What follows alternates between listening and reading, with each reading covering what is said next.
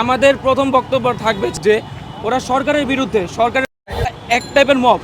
আমরা এখানে কোনো স্টুডেন্ট হচ্ছে সরকারের বিরুদ্ধে না, কারণ সরকার আমাদের সাথে কোনো বাজে আচরণ করেনি, কিছু করেনি। সরকার মাত্র 4 মাস হয়েছে আসছে, তাই আমি এইটুকু ক্লিয়ার করব কেউ সরকারের বিরুদ্ধে না।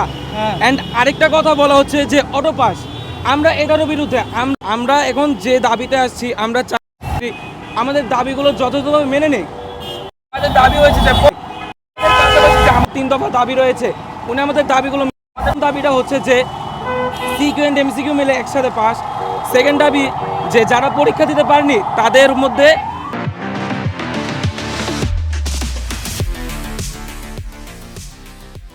তাদের সবার পরীক্ষা নেওয়া হবে। ইতিমধ্যে উনি এই কথাটা বলেছে, যারা পরীক্ষা দিতে পারেনি তাদের পরীক্ষা নেবে।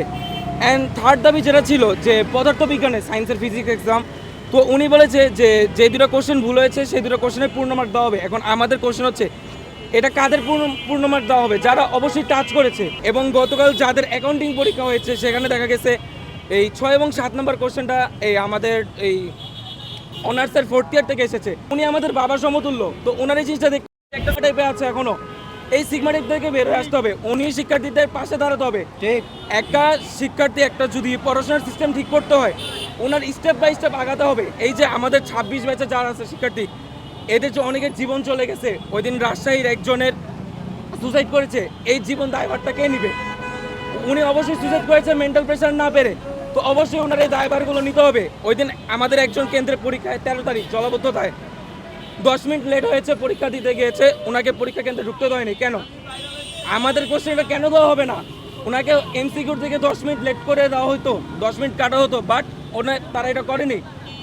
তাই ওনার শিক্ষা ব্যবস্থা ঠিক করতে হবে, ওনাদের কোশ্চেন প্যাটার্নটা ঠিক করতে হবে। আমরা কেউ বলতেছি না কোশ্চেন অনেক সহজ, কোশ্চেন অনেক কঠিন, কোশ্চেনটা স্ট্যান্ডার্ড করুক। আমরা শিক্ষার্থী যারা আমরা যেন কোশ্চেনের অ্যান্সার করতে পারি, উনি সেভাবে কোশ্চেনটা করুক।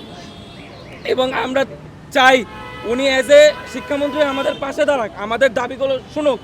অ্যান্ড এখানে কিছু শিক্ষার্থীরা আছে যে যারা নানানভাবে ইন্ডিভিজুয়ালভাবে ব্রিফিং দিচ্ছে, তাই যারা ইন্ডিভিজুয়ালভাবে ব্রিফিং দিচ্ছে, যারা অটো পাস চায় বা সরকারি পতন চায়, আমরা এখান থেকে একদমই সহমত না এবং এই দায়ভার আমরা নিব না।